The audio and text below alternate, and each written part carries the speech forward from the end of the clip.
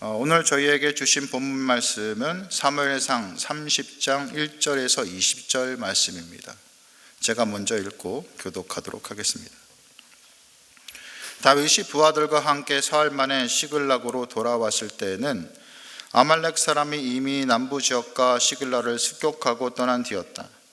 그들은 시글락에 진입하여 성에 불을 지르고 여자를 비롯하여 그 성읍 안에 있는 모든 사람을 어린아이나 노인 할 것 없이 사로잡아 한 사람도 죽이지 않고 끌고 갔다. 다윗이 부하들을 거느리고 그 성읍으로 들어와 보니 성은 불타버렸고 아내들과 아이들이 모두 사로잡혀 갔다.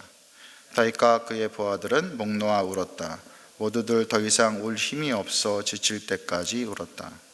다윗의 두 아내인 이스라엘 여인 아히노암과 나발의 아내였던 갈멜 여인 아비가일도 사로잡혀 갔다. 군인들이 저마다 아들, 딸을 잃고 마음이 아파서 다윗을 돌로 치자고 말할 정도였으니 다윗은 큰 공경에 빠졌다. 그러나 다윗은 자기가 믿는 주 하나님을 더욱 굳게 의지하였다. 다윗이 아히멜렉의 아들 제사장 아비아달에게 말하였다. 어서 나에게 에봇을 가져다 주시오. 아비아달이 에봇을 다윗에게 가져오니 다윗이 주님께 문의하였다. 제가 이 강도들을 추격하면 따라잡을 수 있겠습니까? 주님께서 그에게 대답하셨다. 내가 틀림없이 따라잡고 또 틀림없이 되찾을 것이니 추격하여라. 다윗은 데리고 있던 부하 600명을 거느리고 출동하였다. 그들은 부솔 시내에 이르렀을 때에 낙오자들이 생겨서 그 자리에 머물렀다. 그래서 부솔 시내를 건너가지 못할 만큼 지친 사람 200명은 그 자리에 남겨두고 다윗은 400명만을 죄송합니다. 군인들이 등역에서 한 이집트 사람을 발견하여 다윗에게로 데리고 왔다. 그들은 그에게 빵을 주어 먹게 하고 물도 주어 마시게 하였다. 그들은 또 그에게 무화과 뭉치 1개와 건포도 뭉치 2개를 주었다. 그는 밤낮 사흘 동안 빵도 먹지 못하고 물도 마시지 못하였으므로 이렇게 먹고서야 제정신을 차렸다. 다윗이 그에게 물어보았다. 너의 주인은 누구이며 내가 사는 곳은 어디냐? 그가 대답하였다. 저는 이집트 소년으로서 아말렉 사람의 노예로 있었습니다. 사흘 전에 제가 병이 들자 저의 주인이 저를 버리고 갔습니다. 우리가 습격한 지역은 그렛 사람의 남부 지역과 유다 지역과 갈렙 사람의 남부 지역이며 시글락도 우리가 불질렀습니다. 다윗이 그에게 또 물었다. 내가 나를 그 습격자들이 있는 곳으로 데려다 주겠느냐? 그가 대답하였다. 저를 죽이지 아니하시고 저를 주인의 손에 넘기지도 아니하시겠다고 하나님의 이름으로 저에게 맹세하시면 그 습격자들이 있는 곳으로 모시고 가겠습니다. 그는 다윗을 인도하여 내려갔다. 그 습격자들은 블레셋 족속의 땅과 유다 땅에서 약탈하여 온 그 많은 전리품을 가지고 사방으로 흩어져서 먹고 마시며 큰 잔치를 벌이고 있었다. 다윗이 새벽부터 그 이튿날 저녁 때까지 그들을 치니 그들 가운데서 낙타를 탄 젊은이 400명이 도망친 것 말고는 한 사람도 살아남지 못하였다. 이리하여 다윗은 아말렉 사람에게 약탈당하였던 모든 것을 되찾았다. 두 아내도 되찾았다. 다윗의 부하들도 잃어버린 것을 모두 찾았다. 다윗은 어린아이로부터 나이 많은 노인에 이르기까지 아들과 딸 그리고 전리품에서부터 아말렉 사람이 약탈하여 간 모든 곳에 이르기까지 그 모든 것을 되찾았다. 같이 읽겠습니다. 다윗은 또 양떼와 소떼도 모두 되찾았다. 부하들은 가축을 몰고 다윗보다 앞서서 가면서 다윗의 전리품이다 하고 외쳤다. 인생을 살다 보면 당황스러울 정도로 꽉 막힌 상황을 만나게 됩니다. 사방 모든 것이 다 막혀서 아무것도 할 수 없는 상황이 종종 여러분의 인생에 찾아오게 된다는 것입니다. 이런 당황스러운 상황이 제 인생에도 여러 번 있었는데 사업을 하다가 망한 이후에 카드빚 이자가 급여의 반 가까이를 가져갈 때 꼼짝달싹 할 수 없는 제 젊은 시절의 답답함이 그러했습니다. 아프가니스탄에서 탈레반에게 잡혀서 아무것도 할 수 없는 그 당시에 제가 그러했고, 그리고 그때만큼 절박한 상황은 아니지만 지금의 저도 그렇습니다. 치매에 걸리신 어머니를 저는 지금 2명의 누나와 이렇게 저 3명이 도와가며 보살펴 드렸는데, 얼마 전 누나 2명이 지쳤는지 어머니와 다투고 당분간 집에 오지 않을 거라고 제게 통보를 했습니다. 그러는 와중에 지난 금요일부터 몸이 좋지 않았던 아내가 토요일에 코로나 확진을 받자 저는 12살 된 딸아이를 돌보러 교회 근처 집에 있으면서 아이와 아이를 돌보아 하는 상황이 되었던 것입니다. 이 일이 있기 전까지 저는 어머니가 계신 수원집에서 일주일에 6일을 잤었는데, 어머니께서 밤에 이상한 존재들을 보곤 해서 무서워하셨던 것이 큰 이유였습니다. 그런데 아내의 코로나로 아내가 용인집 작은 방에 자가 격리를 하였기 때문에 어머니는 밤에 2-3시간 잠깐 돌봐드리고 또 약 챙겨드리고 잠자리에 주무시게 한 후에 저는 딸아이에게 와서 같이 잠을 자야 했던 거죠. 사실 어머니를 혼자 집에 계시게 한 것이 지난 목회자 컨퍼런스에서 어머니와 같이 자라던 큰 누나를 어머니께서 내쫓다시피 해서 나가게 하고 이틀 동안 혼자 잠을 주무셨던 경험이 큰 의지가 되었는데, 어머니께서도 혼자 잘 주무신다고 가서 하영이를 돌보라고 말씀해 주곤 하셨습니다. 딸아이를 돌보던 중 딸아이가 엄마하고 계속 있으면 학교 가고 싶지 않을 것 같다고 하면서 지난 화요일 이모집에서 가서 잔다고 해서 딸아이를 이모집에 데려다주고 저는 수원집에서 잠을 잤는데, 다음날 딸아이를 학교에다 데려다주고 몸이 안 좋으면 연락하라고 한 후 학교를 보냈는데, 아이가 점심때 저에게 콜렉트콜을 걸었습니다. 몸이 안 좋다는 겁니다. 조퇴시키고 강남병원에서 코로나 검사를 했는데 양성이 나왔습니다. 엄마가 있는 동안 용인집에 데려다주고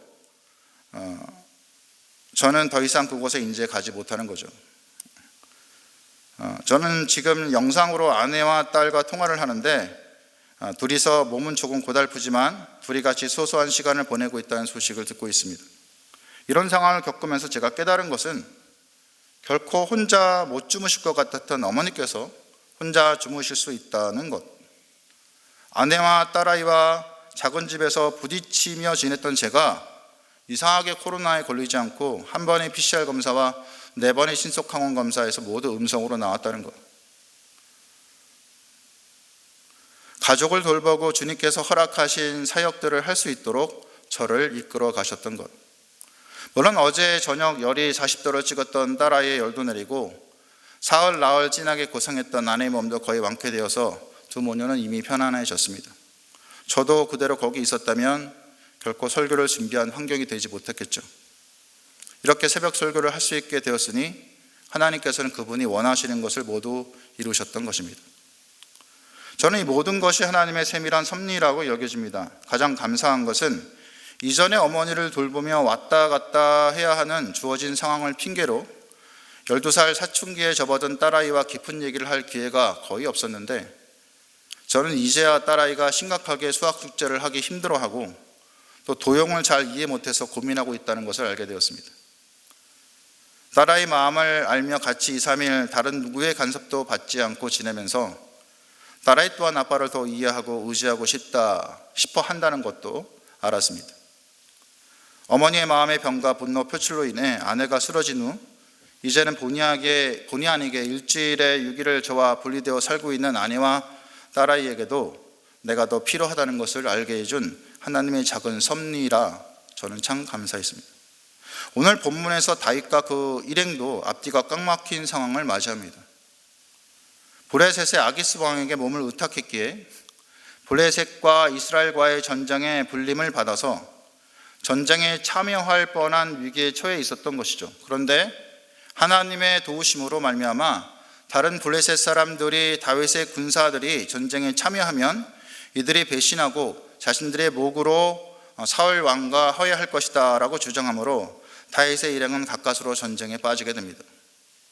이런 하나님의 도우심에 감사하며 자신들이 살던 마을 시그락으로 돌아왔는데 마을은 불타고 사람들은 모두 잡혀갔던 거죠.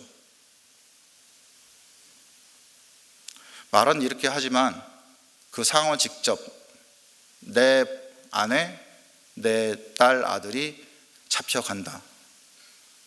종으로 팔려서 어떤 일을 당할지도 모르고 그런 상황이라면 저 같아도 이 이스라엘 사람들처럼 울어버렸을 것 같습니다.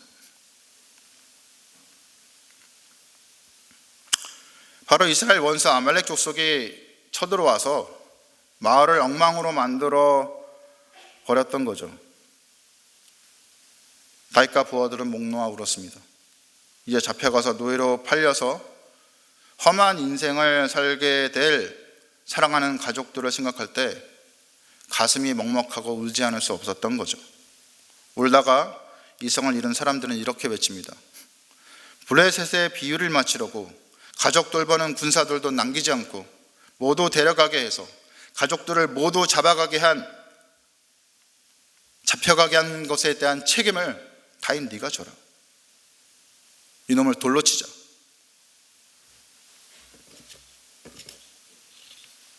어찌 보면요, 다윗의 부하들의 분노는 당연했을 수도 있습니다.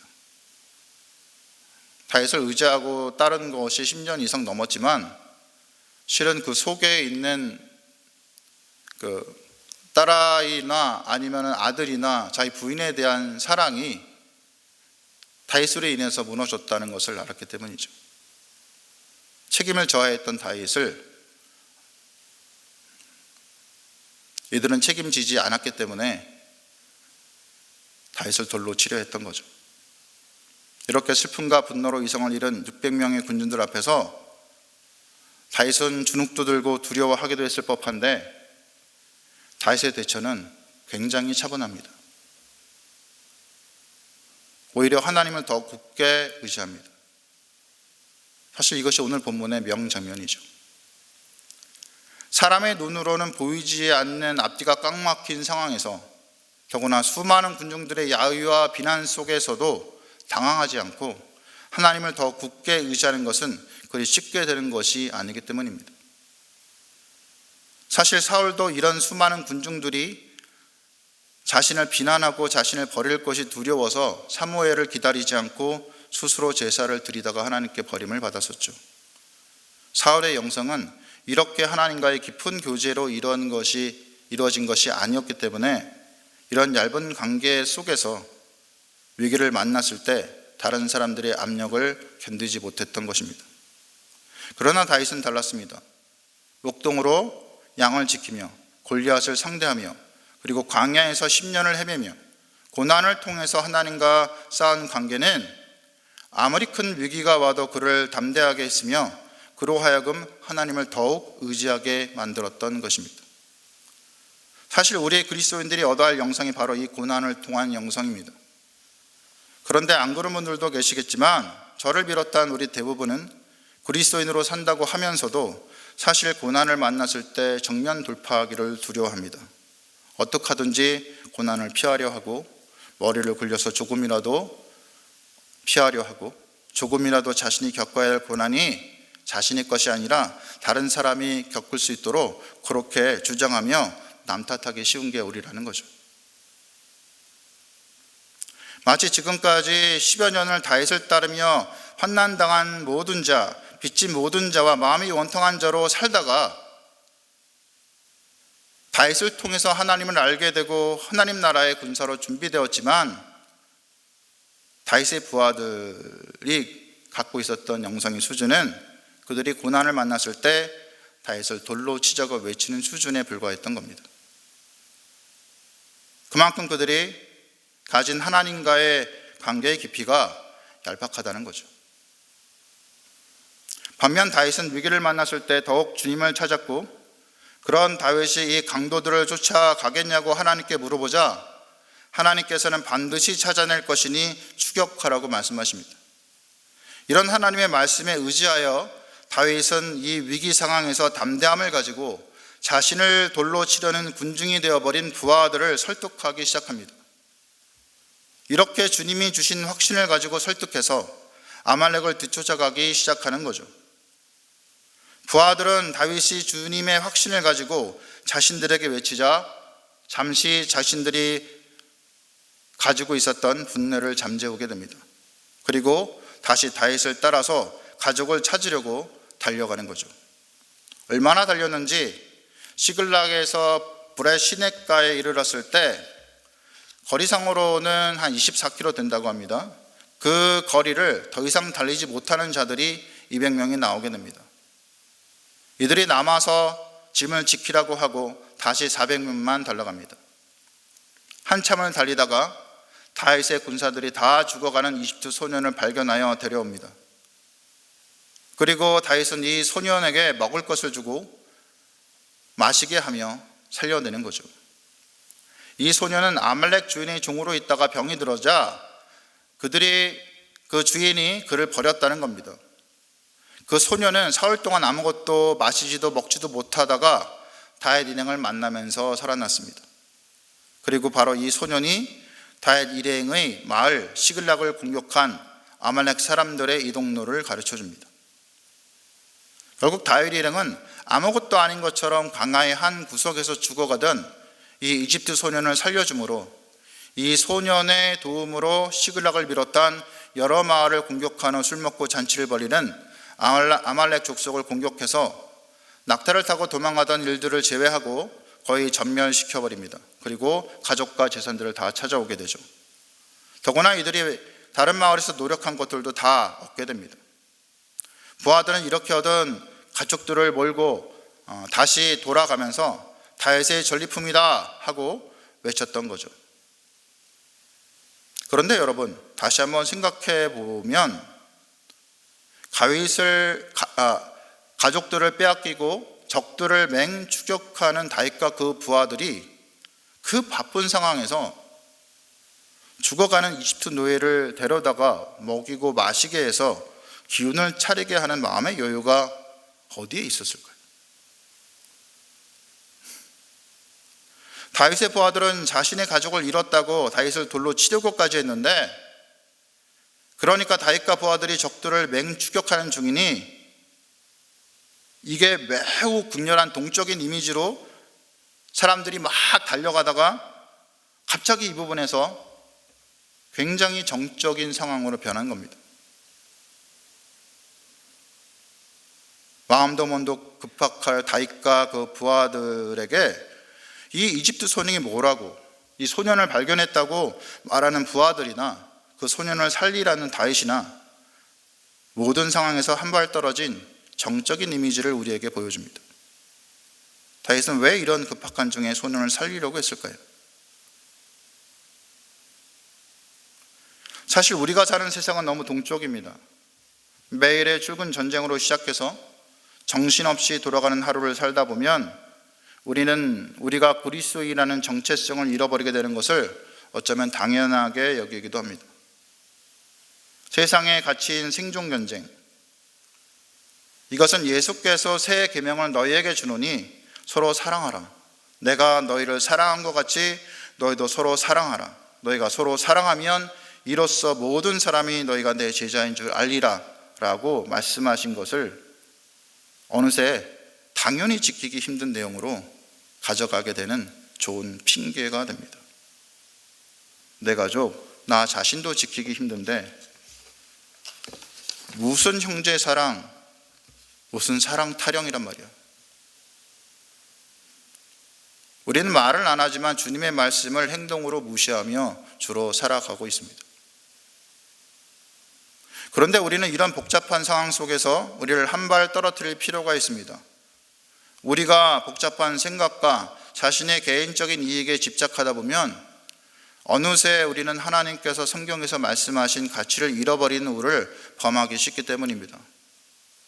한 발 떨어져서 상황을 바라보고, 한 발 떨어져서 주님의 뜻을 생각하고, 한 발 떨어져서 기도하며, 한 발 떨어져서 짧은 순간 주님의 깊은 임재를 구하는 삶을 우리가 살아야 한다는 겁니다. 이것이 그리스도인이 세상 속에서 그 가치를 유지하며 살아가는 방식이 될 것입니다. 마치 오늘 본문의 다윗이 그 바쁜 중에도 한 발 떨어져서 주님의 뜻을 구하며 죽어가는 한 이집트 소년을 살린 것처럼 말이죠. 그리고 주님은 그러한 다윗의 순종의 보답이라도 하시듯이 소년을 통해서 아말렉을 따라잡게 하시고 다윗과 그 부하들의 가족을 모두 살려내시는 것입니다. 이것이 우리가 알지 못하는 주님의 문제 해결 방법입니다. 우리의 일반적인 생각에서 벗어난 전혀 답이 되지 않을 것 같은 바로 그곳에서 답이 나오는 것이 하나님만의 방식이라는 말입니다. 이 설교를 들으시는 모든 분들이 아무리 어려운 일을 만나더라도 주님을 더욱 의지하시기 바라며, 또한 바쁜 인생을 사시는 중에도 한 발 떨어져서 주님의 뜻을 구하며 살아가는 그리스도인으로 살아가시기를 주님의 이름으로 축원합니다. 묵상 포인트 알려드립니다. 첫 번째, 여러분의 인생에서 당황스럽게 꽉 막힌 상황이 있습니까? 있다면 그 상황을 하나님께서는 어떻게 도우시고 계십니까? 두 번째, 어려운 상황을 만났을 때 여러분 하나님께 더욱 가까이 나아가십니까? 아니면 다른 방법을 찾고 그 방법을 의지하는 편입니까? 세 번째, 복잡한 세상을 살아가면서 여러분 한 발 떨어져서 하나님을 찾으시는 것에 익숙한 삶을 살아가고 있으십니까? 기도 제목 알려드리겠습니다. 오늘 말씀을 기억하며 기도하시겠습니다. 아무리 어려운 일을 만나더라도 주님을 더욱 의지하시는 여러분이 되시기를, 바쁜 인생을 사시는 중에도 한 발 떨어져서 주님의 뜻을 구하며 살아가는 그리스도인으로 살아가시기를 기도하시기 바랍니다.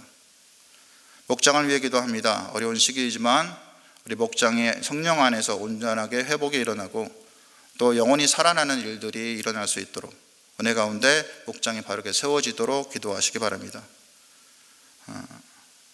나라 경제와 여러 일들이 참 우리를 힘들게 하고 있습니다.